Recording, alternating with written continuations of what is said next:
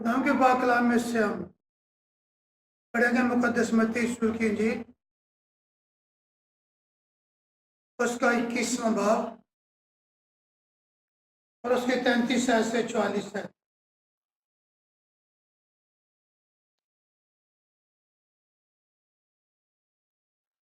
एक और तमसील सुनो। एक घर का मालिक था जिसने ताकिस्तान लगाया और उसकी चारों तरफ अहाता घेरा और उसमें हौज खोदा और बुर्ज बनाया। उसे बागबानों को ठेके पर देकर परदेश चला गया। जब फल का मौसम करीब आया उसने अपने नौकरों को बागबानों के पास अपना फल लेने को भेजा और बागबानों ने उसके नौकरों को पकड़कर किसी को पीटा, किसी को कत्ल किया और किसी को संसार किया। फिर उसने और नौकरों को भेजा जो पहलों से ज्यादा थे और उन्होंने उनके साथ भी वही सलूक किया। आखिर उसने अपने बेटे को उनके पास ये कहकर भेजा कि वो मेरे बेटे का तो लिहाज करेंगे। तो जब बागबानों ने बेटे को देखा तो आपस में कहा कि यही वारिस है, आओ इसे कत्ल करके इसकी मीरास पर कब्जा कर लें। और उसे पकड़कर पाकिस्तान से बाहर निकाला और कत्ल कर दिया। और जब पाकिस्तान का मालिक आएगा उन बागबानों के साथ क्या करेगा? उन्होंने उससे कहा उन बदकारों को बुरी तरह हलाक करेगा और बाग का ठेका दूसरे बागबानों को देगा जो मौसम पर उसको फल दे। खुदाम के बातला के बड़े जाने पे खुदाम की बरकत।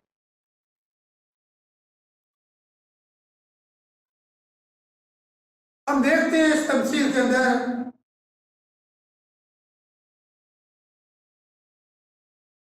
एक शख्स है जिसने पाकिस्तान लगाया है और ये पाकिस्तान बनी इस्राइल कौम है। खुदा ने इस कौम को चुना और खुदा ने इस कौम को अपने अंबिया के वसीले से कलाम दिया कि इनकी तरबियत हो कि ये अच्छा पाकिस्तान बने, कि ये अच्छा फल दे। हम देखते हैं खुदा ने मूसा की मार्फत इन लोगों को शरीयत दी, शरीयत की किताब दी और हुक्म दिया कि शरीयत की किताब तेरे मुंह से ना हटे। लेकिन इस कौम के लिए जो बागबान लिखा गया है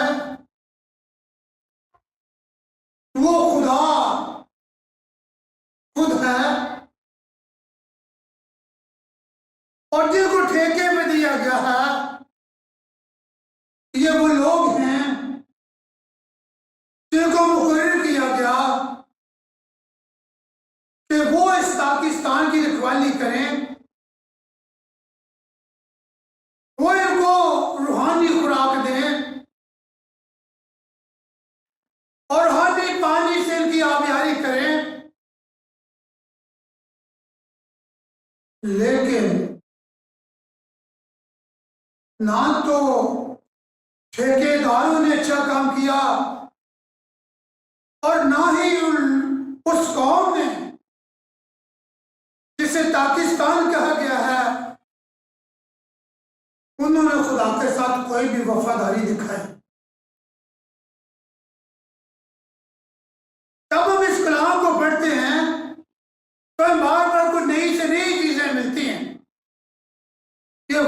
कलाम है जो हम हजारों साल से सुनते आ रहे हैं,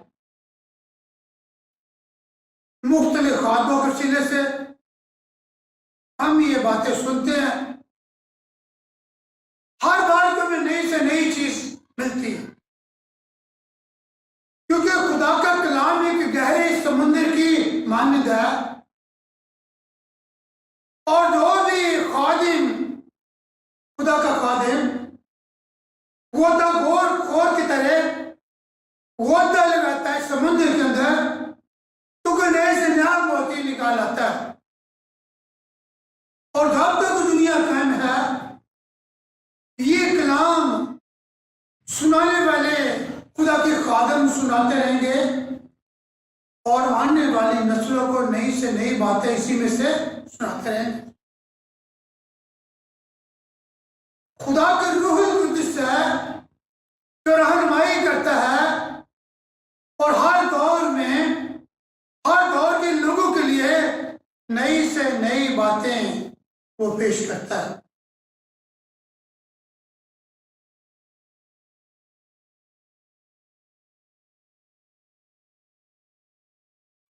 खुदा ने इस कौम के लिए अपने नबियों को भेजा, जैसे इब्रानियों के खत के पहले बार में लिखा तो खुदा ने हिस्सा ब हिस्सा और तरह ब तरह काम किया और आखिर में अपने बेटे के वसीले से काम किया। ये वही बात है,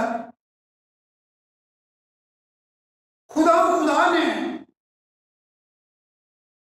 इस कौम के साथ कलाम किया और फिर यहां पर अपने खादों को ठहराकर, कहानियों को सबूत करके इस पाकिस्तान को, अपनी इस कौम को लिखा है। फिर क्या हुआ, वो दूर परदेश में चला गया।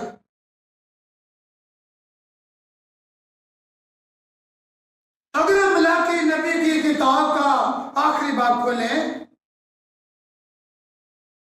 तो लिखते, वहां पे हम देखते हैं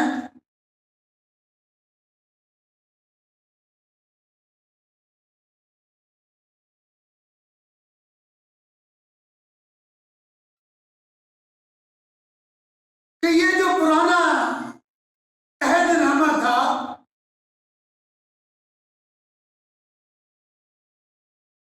यकीनी अल्फाज के साथ बंद होता है, ये एक तंबीह के साथ है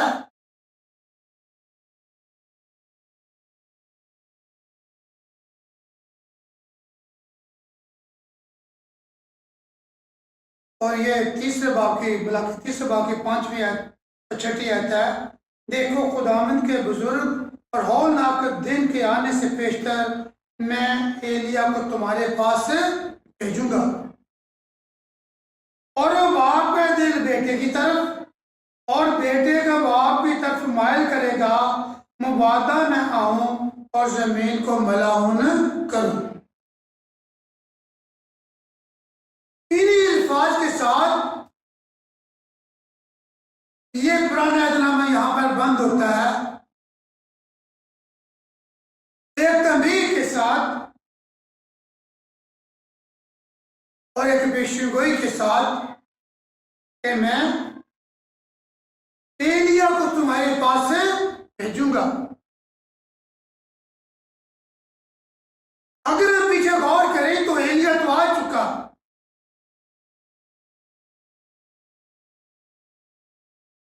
लेकिन एलिया के बारे में फिर जिक्र है जब उसे भेजूंगा। अब पाकिस्तान का मालिक जा चुका है। यहां पर हम देखते हैं जब यह अहदनामा यहां पे बंद होता है तो कई ईसाई नबी का सिफा भी पढ़े तो यहां पे भी आपको यही बात मिलेगी। एक शख्स ने पाकिस्तान लगाया, बुर्ज बनाया, ठेकेदारों को देखकर वो दूर के मुल्क में चला गया और गुजर गए। लिखा वो प्रदेश में चला गया, अपने देश से प्रदेश में चला गया, अपना मुल्क छोड़कर कहीं और चला गया। 400 साल गुजर गए। इस पाकिस्तान की खबर ना ली।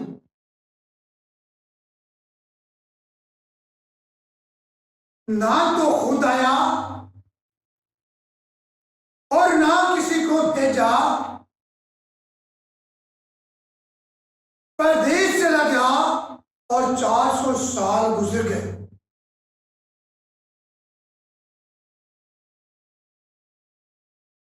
अब मौका आया कि वो उस पाकिस्तान को जिसे उसने लगाया उसका फल ले।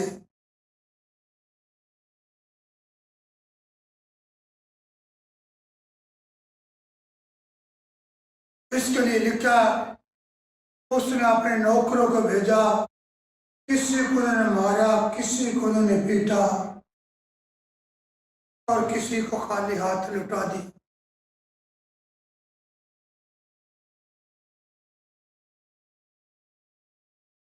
चार सौ साल गुजर गए। अब 400 साल के बाद बेटा आता है। आखिर उसने अपने बेटे को भेजा। 400 साल के बाद बेटा आता है, लेकिन उससे पहले लिखा है कि मैं एलिया को तुम्हारे पास भेजूंगा। उससे पहले यूहन्ना बपतिस्मा देने वाला यीशु मसीह का पेश रो होता है।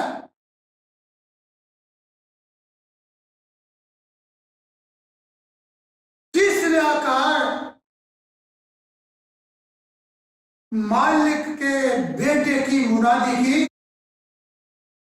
कि मेरे बाद वो आने वाला है जिसकी जूती का तस्मा मैं खोलने के लायक नहीं।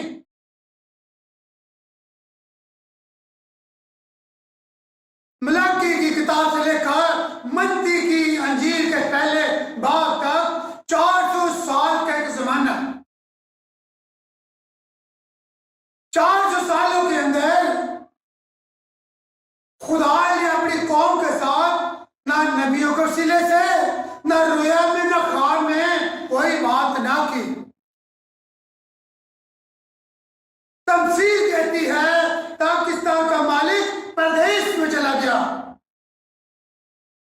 और जब प्रदेश में चला गया तो उसका कोई पीछे रास्ता नहीं। लेकिन 400 साल के बाद फिर उसने अपने बेटे को दुनिया में भेजा ताकि अपने उस फल को हासिल करे जिसके लिए उसने मेहनत की और एक पाकिस्तान लगाया।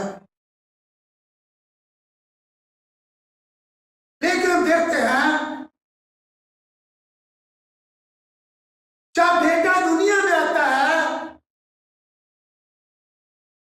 तो इन ठेकेदारों ने, जो मस्जिद के ठेकेदार थे, जो पाकिस्तान के ठेकेदार थे, जो शरीयत के ठेकेदार थे, जिन्होंने यीशु मसीह का इनकार कर दिया, जिन्होंने यीशु मसीह को ना माना और ना जाना, उन्होंने पाकिस्तान के बाहर निकालकर, यरूशलेम से बाहर निकालकर पाकिस्तान के मालिक को कत्ल कर दिया। यही मालिक है और इसे कत्ल कर दें, मीरास हमारी हो जाए।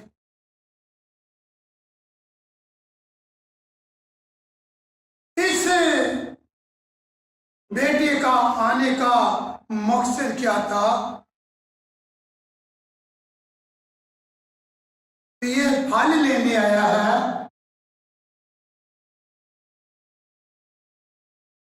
ये फल क्या है?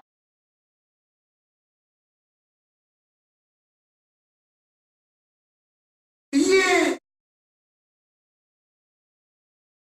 बहुतों के फिदिया के लिए आया, कि बहुतों के लिए फिदिया दे दे। ये इसलिए आया कि गुनाहगारों को बुला ले, गुनाहगारों को बुलाने आया। ये इसलिए नहीं आया कि खिदमत ले, बल्कि इसलिए आया कि खिदमत करे।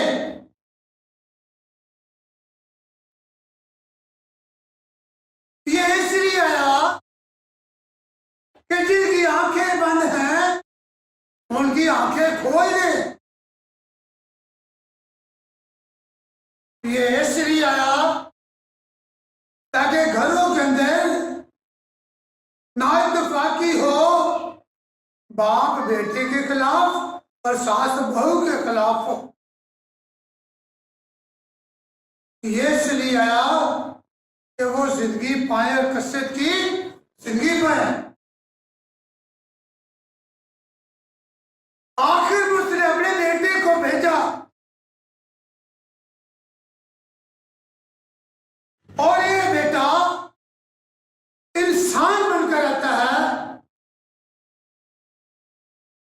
क्योंकि ये इंसानों के पास भेजा गया।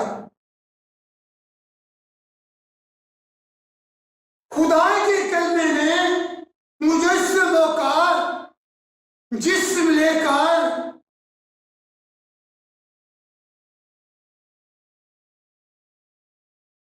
इस पाकिस्तान में आना पसंद किया ताकि पाकिस्तान के ठेकेदारों से हिसाब ले। और जब हिसाब मांगा गया तो फिर हिसाब इस तरह चुकाया गया कि उसके हाथों और पांव में कील ठोका, सर पे कांटों का ताज पहनाकर उसे सलीब पर छड़ दिया गया।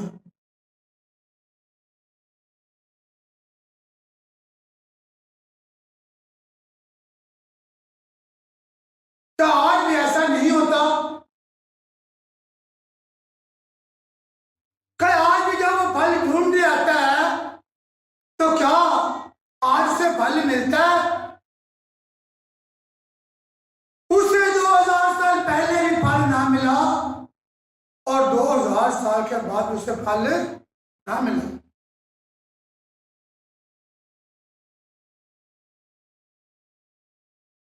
आज भी जिंदगियां बेफल हैं।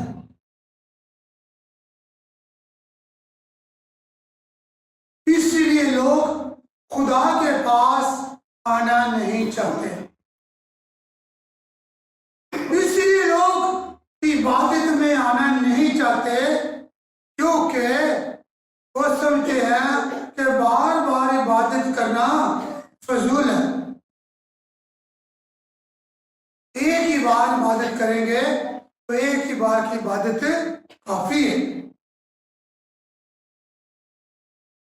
जिस तरह से आप पौधे को बार बार पानी नहीं देते,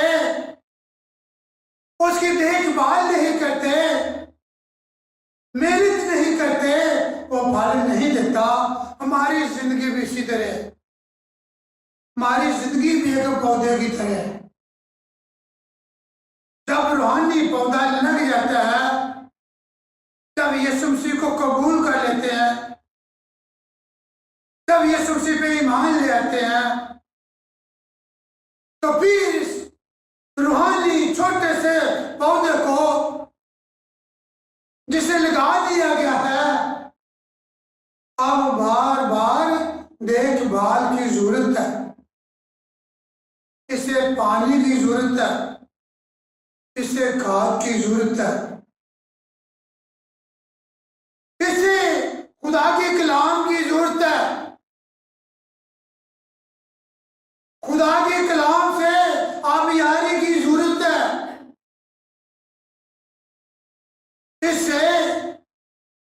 खुदा के कलाम में से जिंदगी की रोटी के मैसेज की जरूरत है, ताकि ये पौधा रूहानी तौर पे बढ़ता चला जाए, तरक्की करता चला जाए, फलदार हो और इसको 100 गुना फल लगे। ये फल से लग जाए और जब मालिक आए इस पौधे को देखे तो दूर से देखकर खुश हो जाए, उसका दिल खुश हो जाए। ये वही पौधा है जिसे मैंने लगाया, आज ये बहुत फलदार हुआ और इसके वसीले से बहुत कैसे लोगों को फल मिलता है।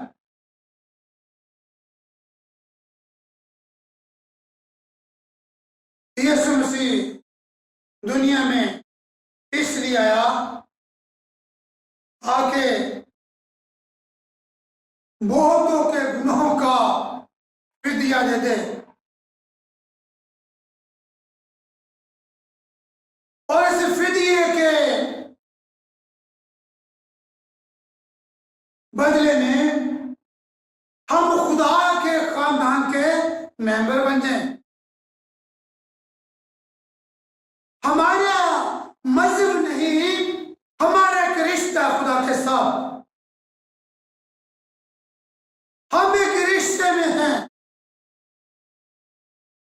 लोग मजहब मानते हैं क्योंकि उनका खुदा के साथ रिश्ता नहीं है। हमारा खुदा के साथ रिश्ता है, वो रिश्ता बाप और बेटे का रिश्ता है। इसलिए हमारा एक खानदान है, इस खानदान का सरबराह खुदा बाप है और हम इस खानदान के मेंबर हैं। कोई बेटा है और कोई बेटी है।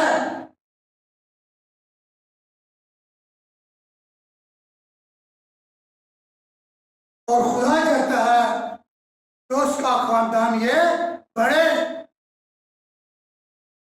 जिस तरह से खुदा ने आदम और हवा को बनाया और उन्हें बरकत दी और कहा बढ़ो, फलो, फूलो और जमीन को मामूरो, माकूम कर दो, इसी तरह से खुदा चाहता है कि खुदा का खानदान बढ़े और आसमान की बादशाही में हजारों, लाखों, करोड़ों लोग हों और उसका खानदान बहुत बड़ा हो।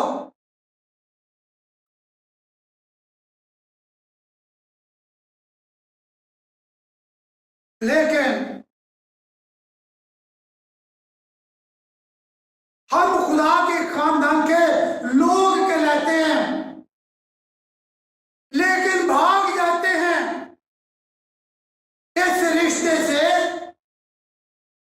इस घर से, इस खानदान से। जैसे मुसर बेटा अपने बाप के घर को छोड़कर चला गया। मुसर बेटा तो बाप के घर को छोड़कर चला गया, लेकिन बाप हर रोज उसका राह देखता रहा।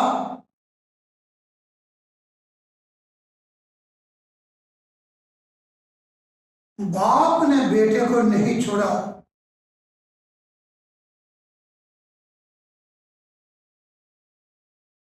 हम खुदा को छोड़कर अपने आप को गुलामी में भेज देते हैं।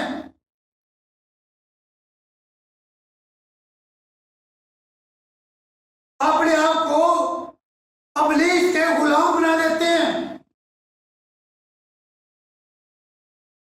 इसलिए खुदा का बेटा आया कि हम बिक चुके हैं, हमारी कीमत अदा कर दे। ये जो हम क्रिसमस मना रहे हैं, इसीलिए क्रिसमस मना रहे हैं कि यीशु मसीह इंसान बनकर चरनी में पैदा हुआ। वो इसलिए इंसान बनकर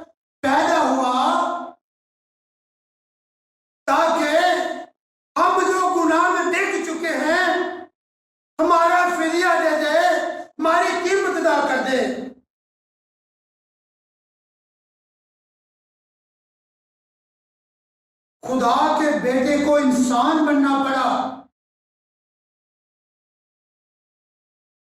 ताकि हमारी खातिर दुख उठाए,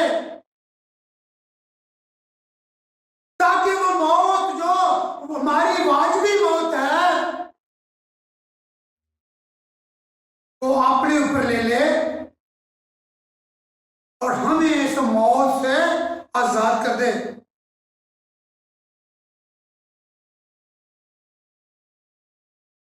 और हमें मौत की कुदरत से उसने आजाद कर दिया। अब मौत का और इस सारी कुव्वतों का हमारे ऊपर कोई इख्तियार नहीं रहा, क्योंकि हम आजाद हो चुके हैं। लेकिन खुदा के कलाम में लिखा है, फिर गुलामी के जुए में ना जुतना, तुम आजाद कर दिए गए हो आजाद रहने के लिए, जिसकी भारी कीमत अदा कर दी गई, जिसके लिए खुदा ने अपना बेटा दे दिया, जिसे पाकिस्तान से बाहर निकाल कर ठेकेदारों ने कत्ल कर दिया। हम आजाद हो गए, अब फिर गुलामी के जुए में ना जुटना,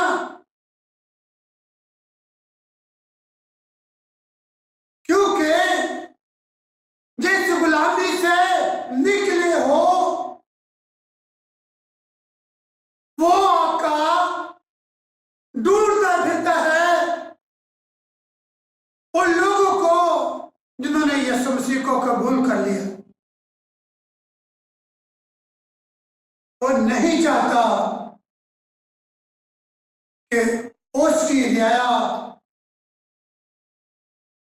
ने तो दूसरे आका को कबूल कर लिया और वो उसकी पैरोकार होगी, लेकिन वो नहीं जानता कि मेरा राह का असल मालिक यीशु मसीह है। इब्लीस का पर नाजायज कब्जा था, क्योंकि हमने खुद अपने आप को उसके हाथों में दे दिया था। खुदा का बेटा इसलिए आया कि इब्लीस के कामों को मिटा दे।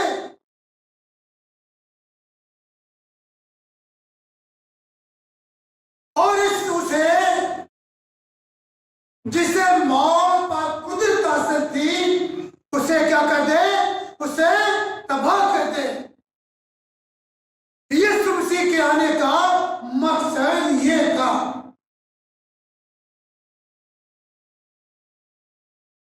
ताकि अपने लोगों का फिदिया दे और जिसे मौत पर कुदरत हासिल थी उसे तबाह कर दे और इब्लीस के कामों को मिटा दे।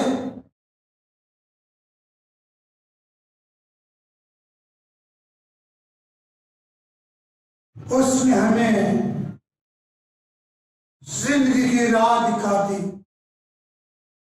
यही इसका मकसद का आने का, कि हमें जिंदगी की राह दिखाए। जब यीशु मसीह से पूछा गया कि राह कौन सी है, तो फिर यीशु मसीह ने कहा राह मैं हूं। खुदा के बेटा इसलिए आया कि जो राह को नहीं जानते वो राह को जाने, उस राह पर चले। ये हमारा क्रिसमस, इसलिए हम क्रिसमस मनाते हैं कि खुदा का बेटा हमारे पास एक खास मिशन लेकर आया, खास मकसद लेकर आया, हमारे लिए आया, आपके लिए आया, तमाम जहान के गुनाहगारों के लिए आया, ताकि जो कोई ईमान लाए गिव है। खुद हम लोग को